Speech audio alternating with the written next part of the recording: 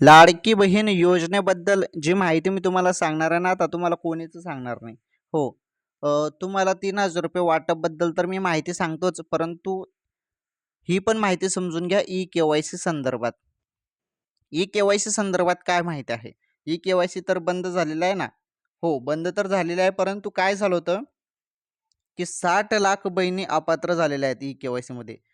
आणि आता अशी माहिती आलेली आहे, की अजून 20 लाख बहिणींचा रेकॉर्ड आलेला आहे, की ज्यामध्ये टोटल 80 लाख बहिणी अशा आहेत, की ज्यांनी ई-के-वाय-सी केलेली नाही आणि त्यामुळेच त्यांचा हप्ता बंद झालेला आहे. तर अशा बहिणींसाठी आता संधी मिळणार आहे.